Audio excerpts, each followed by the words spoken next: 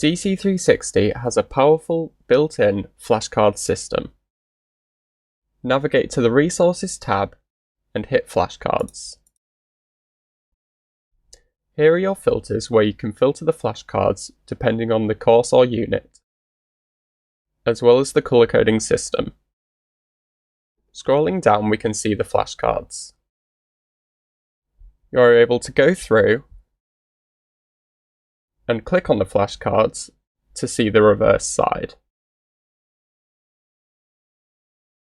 You can then colour code the flashcard depending on whether you have no idea of the content, some idea of the content, you're almost there, or you have got it. You are able to reset all flashcards by clicking on this button here.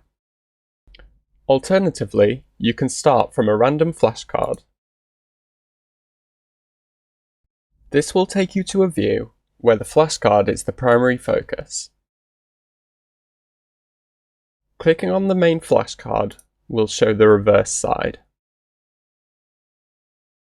You can then select whether you have no idea, some idea, you're almost there, or you have it. You can then select the next and go through the flashcards in this way. You can return to the Show All view to return to this page.